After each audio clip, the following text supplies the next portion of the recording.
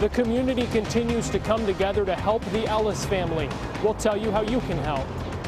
And a Madison County school comes together to show its support for the officer's family, how they're honoring Officer Ellis and the Richmond Police Department. And he ran towards the bar instead of away. I guess he was trying to put it out. A family is mourning the loss of a loved one after he was killed in a house fire in Breathitt County.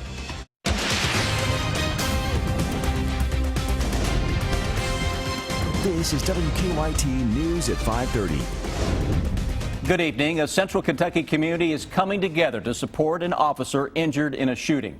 Officer Daniel Ellis was shot in the head yesterday in Richmond while investigating a robbery.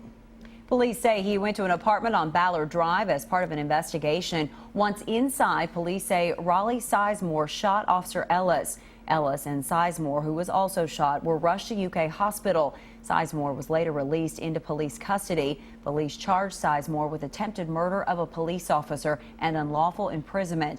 Police also arrested Gregory Ratliff and charged him with complicity to commit attempted murder. Rita Creech has been charged with robbery. Tonight, people in Richmond have organized several vigils and prayer services for Ellis and his family. WKYT's Garrett Weimer shows us how the community is coming together during this very difficult time. He has our top story at 5:30.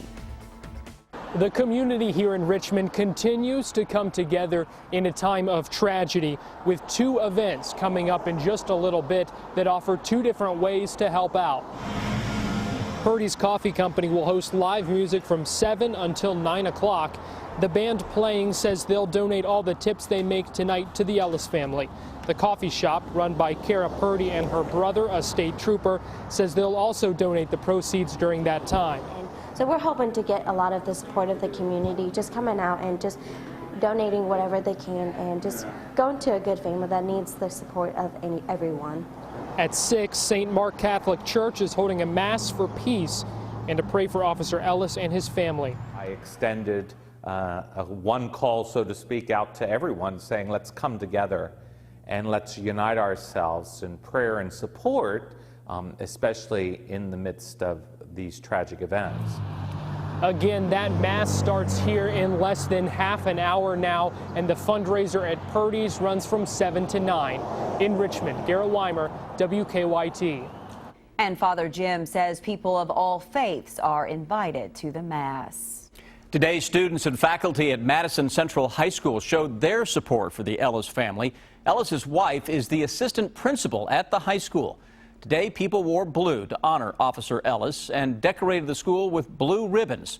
School leaders say although this is a very difficult time, the outpouring of support from the community is helping them cope with a difficult situation. Obviously, they are two people who have servant hearts. They both chose professions that take them out into the community to serve other people. And so those kind of people are special, and we value them very much.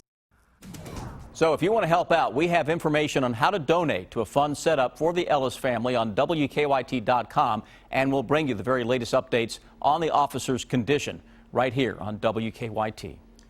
Firefighters in eastern Kentucky are trying to figure out what started a fire that left a man dead. It happened this morning on Big Branch South Fork Road in Breathitt County. Firefighters say 90-year-old Troy Neese wasn't able to make it out of the home. Tonight, WKYT's Sam Smith is talking to Neese's daughter about the loss. This was Troy Neese's home for more than 40 years. Family members say he even built it.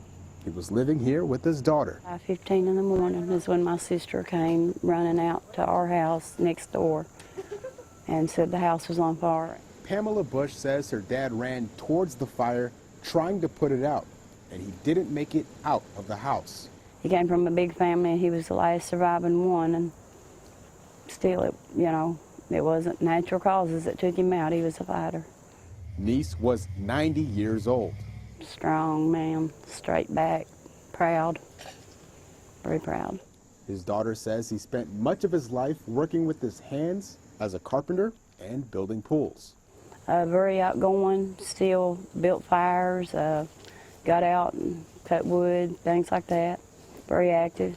The exact cause of this fire remains under investigation. There's electrical lines across the road. I just knew it melted, actually, the mailboxes out there and stuff. Fire officials say oxygen tanks inside the house might have accelerated the fire. As you can see, nothing is left here. It's a difficult time for his family. Last month, his wife of 64 years passed away. And now this. I'm just proud of my daddy. Gonna be missed very much. In Breathitt County, Sam Smith, WKYT. Niece's daughter was taken to the hospital, but is expected to be okay. Firefighters think the fire was just an accident. Police arrested a man they say drove a limousine while drunk. Our county-by-county coverage at 5:30 begins in Bell County. The sheriff's office says deputies spotted the limo cross the center line of Highway 119 last night. And when they stopped the driver, Jason Souders, they say he smelled of alcohol and had glassy eyes. He's charged with DUI and driving on a DUI suspended license. Police also arrested a passenger, James Christopher Jr., for alcohol intoxication and possession of an open container. In Pike County, a grand jury has indicted a Pike County school bus driver for multiple counts of rape. Police say that Kenneth Brown had sex with a 12-year-old girl several times between June and August. Investigators say it happened at a home and not on a school bus. Last month, the school board suspended Brown indefinitely without pay. And in Johnson County, a man is charged with child sexual exploitation. State police arrested 37-year-old Ryan Cooper yesterday. Investigators say that he was sharing images of child sexual exploitation online. This arrest is part of an undercover Internet crimes against children investigation. A Lexington man is facing charges for importing heroin to Kentucky. Police say Dexter Gully went to pick up a package on Santa Anita Drive that was shipped from Africa. They say the package had 7.5 ounces of heroin inside. According to an arrest citation, when Gully went to pick up the package, he destroyed 2 cell phones police believe are connected to the case.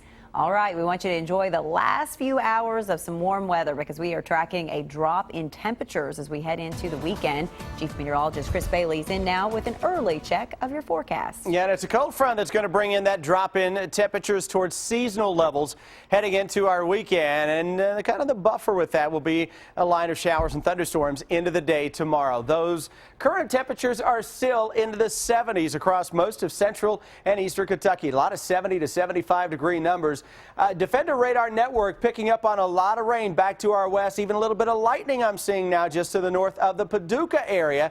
That's the first round. The second round is back into parts of Missouri, down into Oklahoma, where we've had some strong and severe thunderstorms. That cold front pushing all of that is off to the northwest of us. The air behind that is noticeably colder. It's snowing into parts of Minneapolis, or north of Minneapolis, I should say, into Minnesota and the Dakotas, and into the Rocky Mountains. A lot of snow, even into parts of the Lone Star State of Texas, may be getting in on some flakes over the next few days. Weather headlines and what I'm tracking: gusty storms rolling into town tomorrow. It turns chilly for the weekend, and then the pattern gets busy as we go into the 7-day forecast. So the calm, mild days we've had ready to become a serious thing of the past. We'll break down that 7-day forecast together in less than 10 minutes.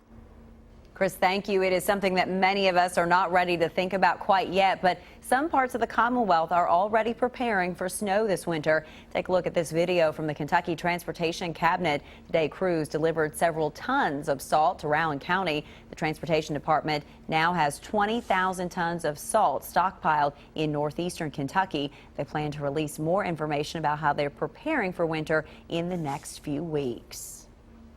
500,000 Kentuckians have health insurance through the state's Connect program set up by Governor Beshear 2 years ago. But Governor-elect Matt Bevin has said he wants to get rid of Connect. Mark of Russell Springs has our good question tonight. He says, according to family members forced to purchase health insurance through Connect, it will not be in existence next year, and they'll have to look elsewhere for insurance. The new governor wants to transfer people on Connect to the federal health exchange, but open enrollment through Kentucky's Connect for 2016 started this past Sunday and will continue through January. According to the Lexington Herald Leader, if the new governor wants to end Connect, it will not happen immediately.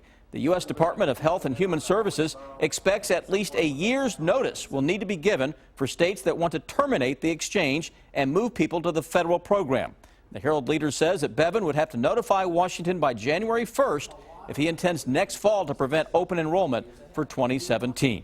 We'll continue to watch that story. If you have a good question, go to WKYT.com. Still to come on WKYT, if you need an idea for dinner tonight, we'll show you one way you can get a quick meal and help with a good cause. I'm Bill Bryant. Matt Bevin is set for his first Kentucky Newsmakers interview since becoming Kentucky's governor-elect. And a term limit bill is introduced in Frankfort. The bottom line is on the way.